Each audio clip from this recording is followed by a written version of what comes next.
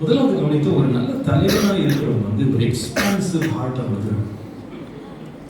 அந்த எஜமான் எப்படி அவனுக்கு அந்த ஊர்ல வியாபாரம் இருந்தா கூட தூர தேசத்துக்கு பயணம் போகிற அல்லது தூரத்தில் இருக்கிற காரியங்களை குறித்த ஒரு தரிசனம் உள்ளவனாய் இருந்தான். தூர தேசத்தின் தரிசனம். அதாவது நான் சொல்லுகிற காரியத்தை நீங்க புரிஞ்சுக்கணும். கர்த்தர் உங்களை எங்க வச்சிருக்கிறார் அங்கதான் இருக்கணும். எப்பயாவது ஒரு முறை வெளியே போறது ஒன்றும் தப்பு இல்லை. வெளியே போயிட்டு 3 மாசம் 4 மாசம் சர்ச்சை விட்டு போயிட முடியாது. அதுலயும் கேர்ஃபுல்லா இருக்கணும். நீங்க சில பேர் அதை தவறு செய்யறதுனால லோக்கல் சர்ச் வந்து ஸ்ட்ரெங்தன் ஆக மாட்டேங்குது. வெளியே போறது தப்பு இல்லை.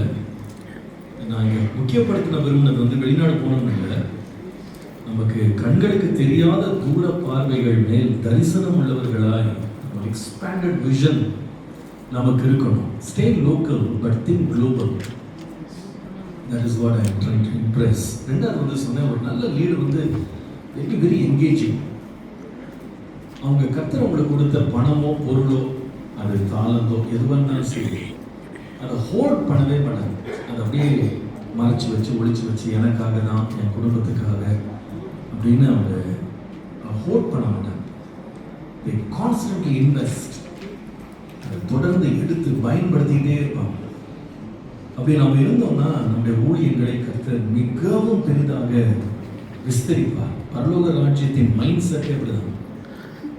இந்த மாதிரி நம்ம கர்த்தர் நம்ம கொடுத்தவைகளை நம்ம பகிர்ந்து கொடுக்கும்போது தான் ஆண்டவர் இன்னும் நடத்துவார்.